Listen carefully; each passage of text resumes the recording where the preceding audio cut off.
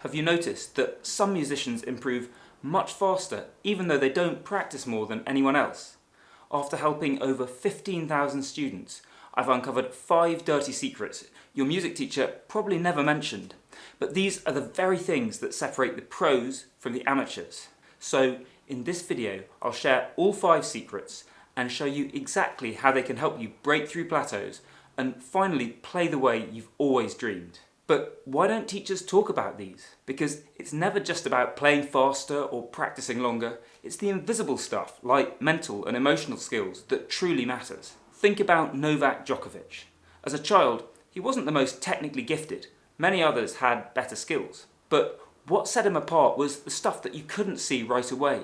His competitive streak, his mental toughness, his insatiable desire to improve. And that is what ultimately made him one of the greatest tennis players of all time. Not just raw talent. And it's the same in music. The real breakthroughs come from mastering the non-musical skills. But most musicians hit plateaus because they ignore these. The good news is that these things are totally trainable. You can build them starting right now. Look, I've seen this change everything for myself and for hundreds of my students, ones who struggle to perform, ones who were stuck for years. Like Charles, who said, "I saw more concrete, measurable progress in a week than I'd seen in months, maybe years." So let's jump into the 5 things nobody tells you, the keys to breaking out of your rut and finally playing music you're proud of. So here's secret number 1. Imagine you're trying to fill a bucket with water. You pour in more and more, but the water just keeps draining out. It's frustrating and pointless. And that is exactly what bad music practice feels like. No matter how many hours you put in, you never seem to get anywhere because there's a leak in your practice bucket. And that's why secret number 1 is learn how to learn. Most teachers will tell you what to practice and maybe even how much to practice. But what really matters is how you practice. Because the sad truth is that just repeating something over and over is one of the least effective ways to learn. In fact, sometimes it actually makes you worse. So teachers really should be putting a huge emphasis on teaching the vital skill of how to practice effectively. But why then don't they spend more time on this? Well, maybe they never learned it themselves. Maybe they don't realise how badly most people actually practice. But I suspect that in many cases, it's just easier to hand out exercises rather than to teach real learning skills. In any case, this is something we've got to change because it really is astonishing how much faster you learn when you fix your practice leaks with just a few simple tweaks. Since I've made these changes, my own learning speed has increased to probably double or more what it used to be. And my students have got similar results too. Like Sandra, who said, "In the space of a week, I have improved massively in areas where I was struggling for months." So how do you practice effectively? Check out my Practice Multiplier course at the link below if you want the full details, but here are the key things to check that trip far too many people up. Work on small sections, much smaller than you think. Focus on playing correctly, not just getting through the notes. And when you make a mistake, stop and fix it. Don't just power through. And you want to combine this with the attitude of a curious scientist.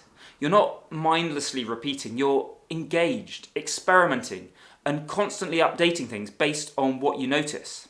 Here's how to do that in practice. Use the plan, do, reflect cycle. Plan what you'll focus on before each practice burst. Then do the thing. And then finally reflect, even for just a second, on what happened and what you'll tweak next. Most people just repeat the do step over and over, and that's why they stay stuck, because repetition is not the same as learning. When you deliberately add in the plan and reflect steps, then you can practice less, but improve twice as fast. But effective practice on its own doesn't guarantee you'll get what you want. Some people practice incredibly effectively, yet they remain frustrated. And that brings us to secret number 2.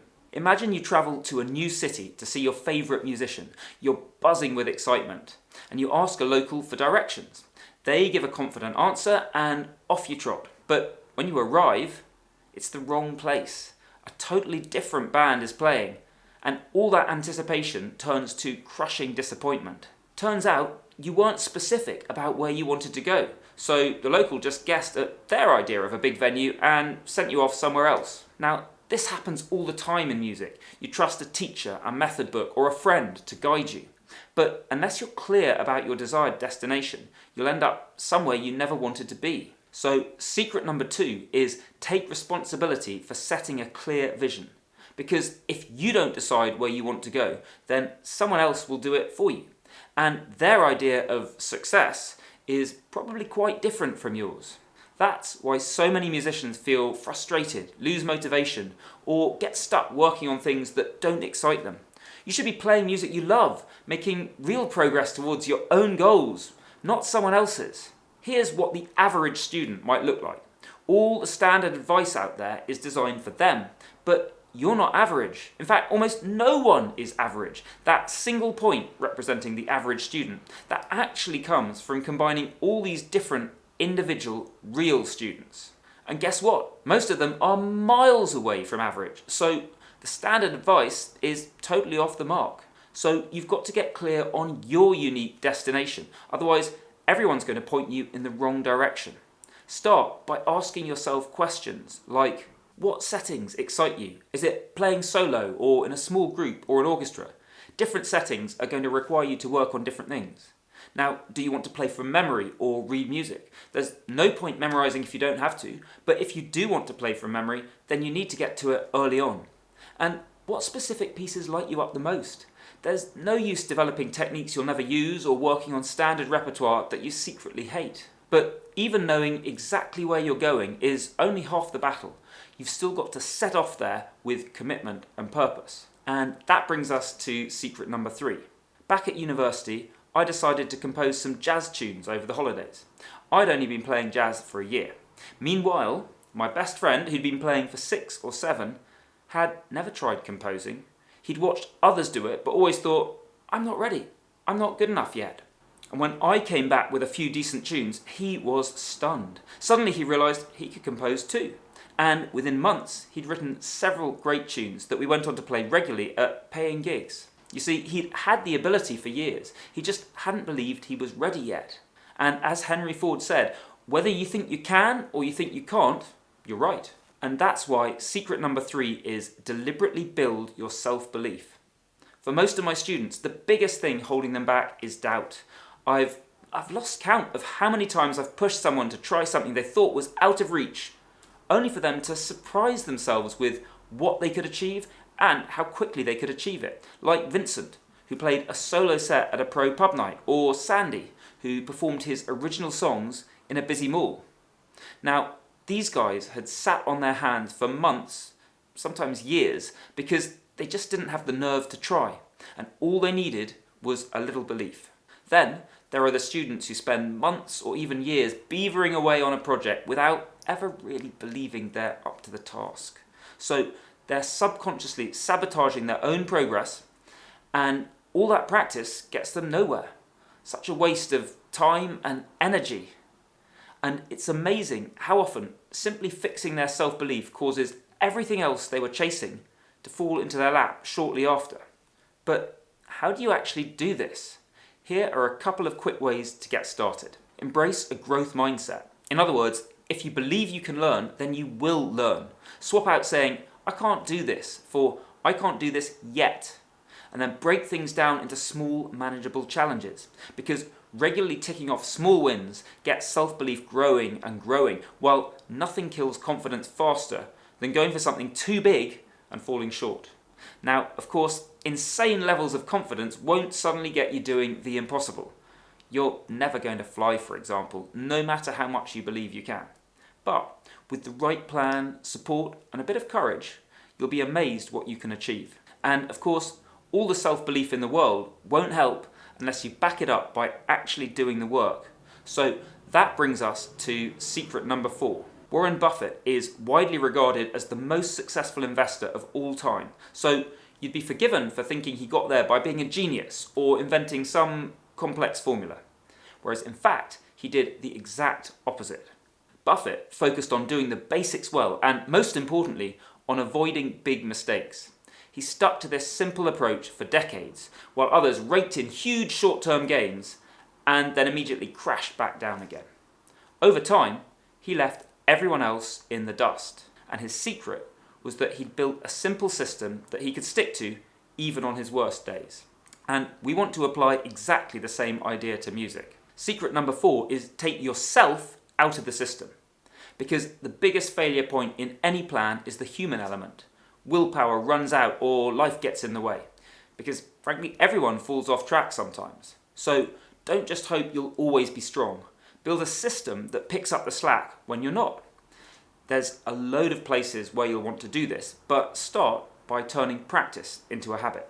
Imagine 2 musicians. One tries to hold up their practice routine through sheer force of effort, like holding a heavy weight above their head. And the other builds a stand to hold it for them. Even the strongest person gets tired eventually, but the stand never does. Now, your stand is your system, your habits, your environment, and so on. And this does way more than just keep you consistent. When I made practice a daily habit over a decade ago now, everything became easier.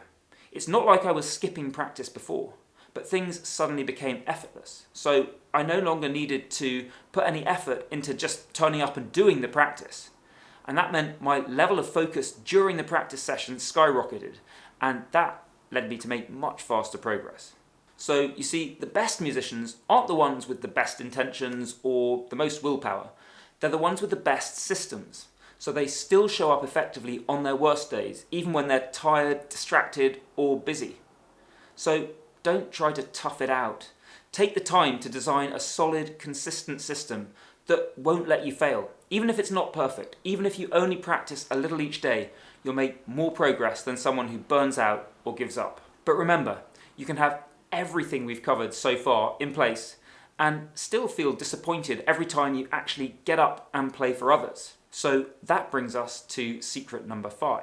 Because the level you reach in practice is only half the story. When it's time to actually play, whether that's on stage, in a lesson, or even just in front of your friends, you'll only deliver a fraction of that potential. It's like being a world-class chef in your own kitchen, but as soon as you're on a cooking show, you forget how to do the simplest things like boil water.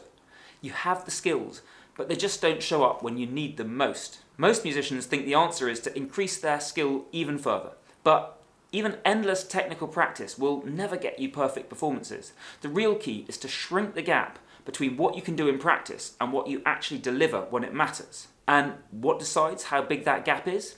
Well, it's your mental game. The truth is that every physical movement starts in the mind, so your thoughts and emotions always affect what you play.